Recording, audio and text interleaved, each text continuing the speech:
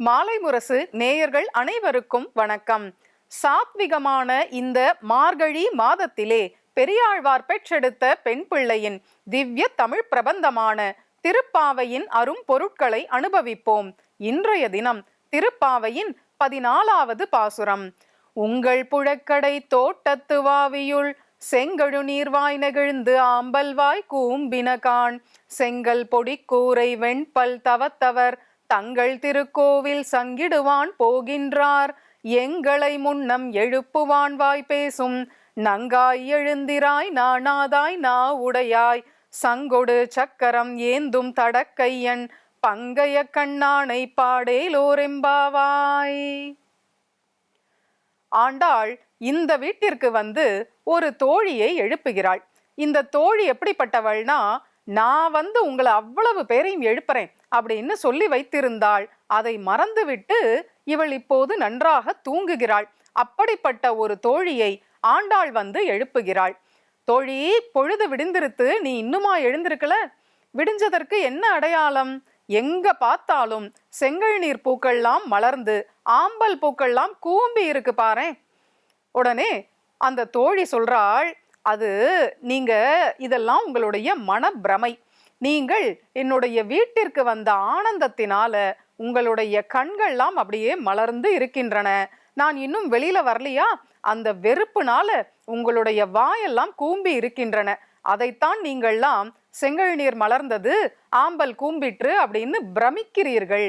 இதெல்லாம் மனப்பிரமை அப்படிங்கிறாள். உடனே ஆண்டாள் சொல்றாள், வயல்வெளிகள்ல இருக்கக்கூடிய செங்கல் நீர்கள்லாம் மலர்ந்து இருக்கு பாரு, ஆம்பல்லாம் கூம்பி போச்சு பாரு, இதெல்லாம் தெரியலையா விடிஞ்சதுக்கு அடையாளம்? உடனே தோழி சொல்றாள், நீங்கள் அவ்வளவு பேரும் போய் மலர்த்த வேண்டியதெல்லாம் மலர்த்தி மூட வேண்டியதையெல்லாம் மூடி விட்டிருப்பீர்கள் அப்படின்னு சொல்றாள். இதெல்லாம் நடக்கக்கூடிய காரியமா? இதெல்லாம் பண்ண முடியுமா? எவ்வளவு பூக்கள் இருக்கு வயல்ல. நாங்க கூட்டமா போனா கூட பூவை மலர்த்துறதும் பூவை மூடுறதும் நம்மளால முடியுமா? உங்களால ஏன் முடியாது? என்னால் கண்ணபிரானோட பழகக்கூடியவர் நீங்கள்லாம். கண்ணனுக்கு அகடித கடனா சாமர்த்தியம் அப்படின்னு உண்டு. அரும் செயல்களை எல்லாம் லகுவா செய்யுவான். மலையையே தூக்குவான், பாம்பு மேலேயே நாட்டியமாடுவான், தீயையே அள்ளி பருகுவான். அப்படிப்பட்ட கண்ணனோடு பழகி பழகி உங்களாலையும் எதையும் செய்ய முடியும். எதையும் செய்ய வல்லவர்கள் நீங்கள் அப்படின்னு சொல்றாள். என்ன சொன்னாலும் நீ நம்பல. உங்கள் புழக்கடை தோட்டத்து வாவியுள், உன்னுடைய வீடு இருக்கே, அதனுடைய புழக்கடையில தோட்டம் போட்டிருக்கீர்களே, அந்த தோட்டத்துல சூரிய வெளிச்சம் கூட உள்ள நுழைய முடியாது. அவ்வளவு அடர்த்தியான தோட்டம் வச்சிருக்கீர்கள். ரொம்ப நல்லது, அழகா இருக்கு. இவ்வளவு மரம் நட்டு வச்சா பூமிக்கே நல்லது, நியாயம்தான். ஆனா அந்த தோட்டத்து வாவியுள், வாவின்னா குளம், அந்த குளத்தில் செங்கல் நீர் பூக்கள்லாம் மலர்ந்திருக்கு, ஆம்பல்லாம் கூம்பி கிடக்கு பாரு. நீ வெளியில பார்க்க வேண்டாம், உன் வீட்டின் உள்ளே பாரு அப்படின்னு சொல்றார்கள். உடனே அவளும் பார்க்கிறாள். இப்பதான் இந்த பூக்கள்லாம் லேசா மொட்டு விரியறது, இப்பதான் இதழ் மூட ஆரம்பிச்சிருக்கு, அதுக்குள்ள பொழுது விடிந்ததுன்னு நீங்கள்லாம் வந்துட்டீர்களே, போங்கள், போய்விட்டு வாருங்கள் அப்படின்னு சொல்றாள். உங்கள் புழைக்கடை தோட்டத்து வாவியுள் செங்கழு நீர் வாய் நெகிழ்ந்து ஆம்பல் வாய் கூம்பினகான். இத நீ நம்பல. செங்கல் பொடிக்கூரை வெண்பல் தவத்தவர். நீ இப்படியே கொஞ்சம் ஊர நோட்டம் விடு. அங்க என்ன தெரியறது? செங்கல் பொடிக்கூரை, செங்கப்பொடி கலர்ல, செங்கப்பொடி வண்ணத்துல இந்த சந்நியாசிகள்லாம் உடை உடுத்தி கொண்டு கோவிலுக்கு போய்கொண்டு இருக்கிறார்கள்.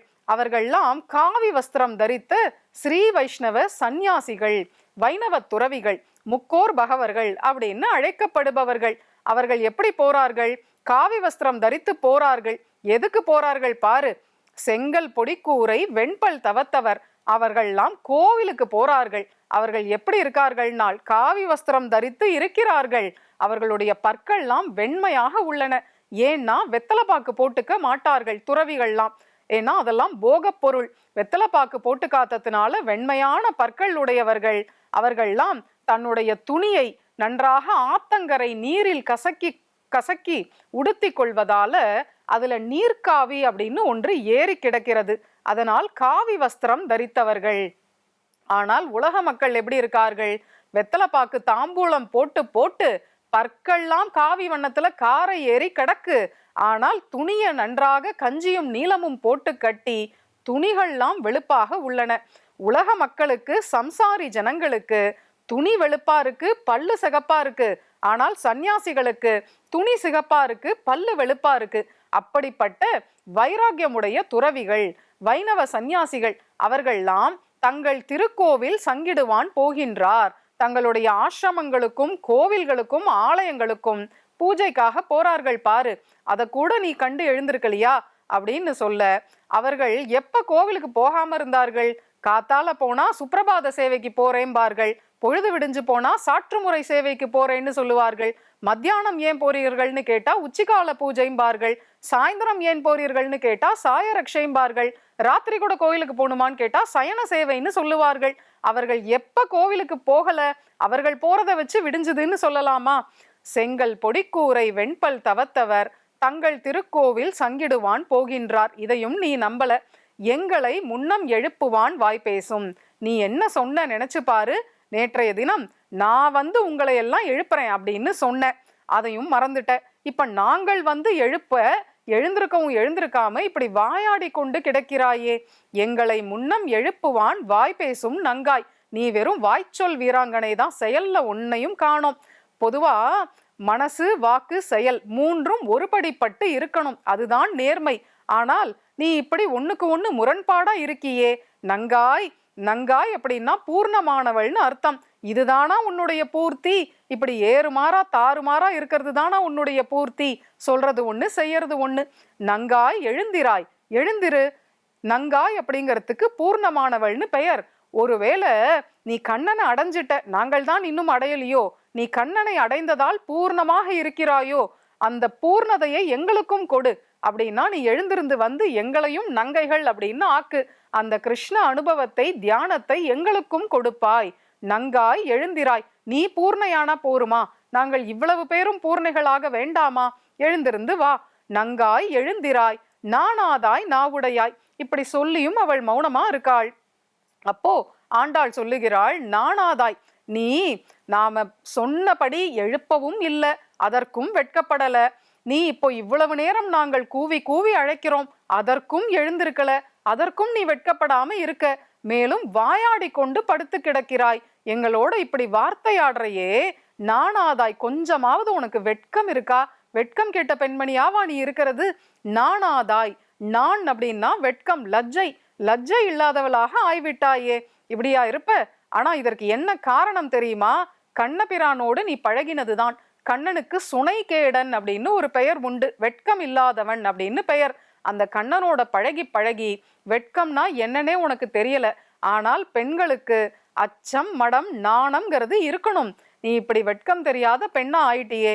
இதுவே ராமரோட பழகியிருந்தா லஜ்ஜான்னா என்னன்னு உனக்கு புரிஞ்சிருக்கும். கண்ணனோட பழகி பழகி உனக்கு வெட்கமே தெரியல. நானாதாய் இப்படி சொன்ன உடனே அவளுக்கு கோபம் வந்தது, சுருக்குன்னு இருந்தது. உடனே அந்த தோழி கேட்கிறாள், இவ்வளவு திட்டி கொண்டாவது என் வீட்டுக்கு நீங்க வரணுமா? அப்படி எதுக்கு என் வீட்டுக்கு வருகிறீர்கள் அப்படின்னு கேட்கிறாள். என்னம்மா இப்படி சொல்லிட்ட? உன்னுடைய நா வீறு எங்களை உன் பக்கம் இழுக்கிறது. நீ என்னதான் நானாதாய்ன்னு இருந்தாலும், வெட்கமற்று இருந்தாலும் உன்னுடைய நா வன்மை அது உன் பக்கம் எங்களை எல்லாம் இழுக்கிறது.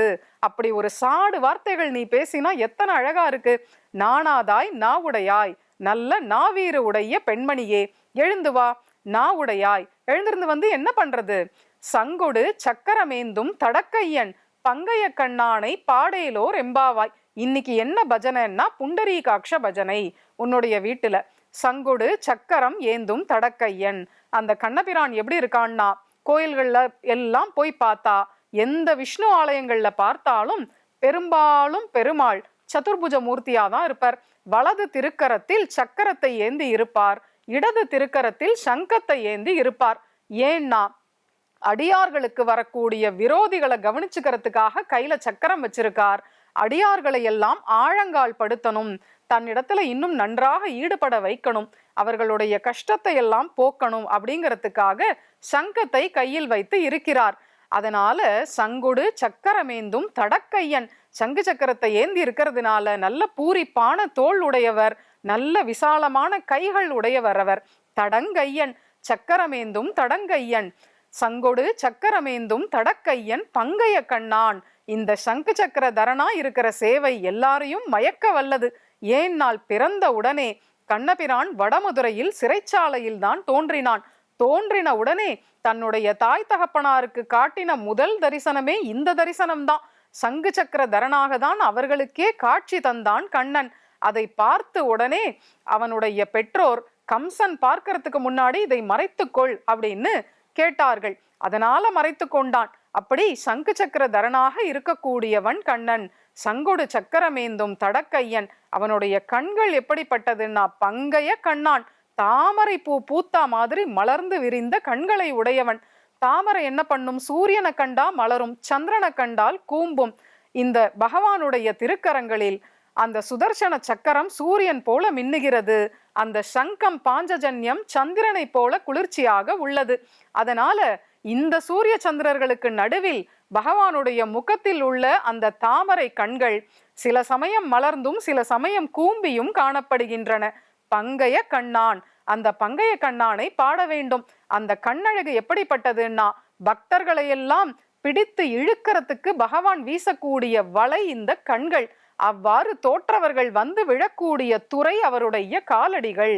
அதனால இந்த கண்கள் தான் பெரிய வலை. கார்த்தன் கமல கண் என்னும் நெடும் கயிறு. இது ஒரு கயிறு. இந்த கயிறை வீசினா பக்தர்கள் வந்து காலில் விழுவார்கள். அப்படிப்பட்ட திருக்கண்கள் பங்கைய கண்ணான். நாம் அவரை பாடணும். ஏன்னால் உத்காயதீனாம் அரவிந்தலோச்சனம் பிரஜாங்கணானாம் திவம் அஸ்பிருஷத்வனிஹி அப்படின்னு பாகவதத்தில் சொல்லப்பட்டுள்ளது.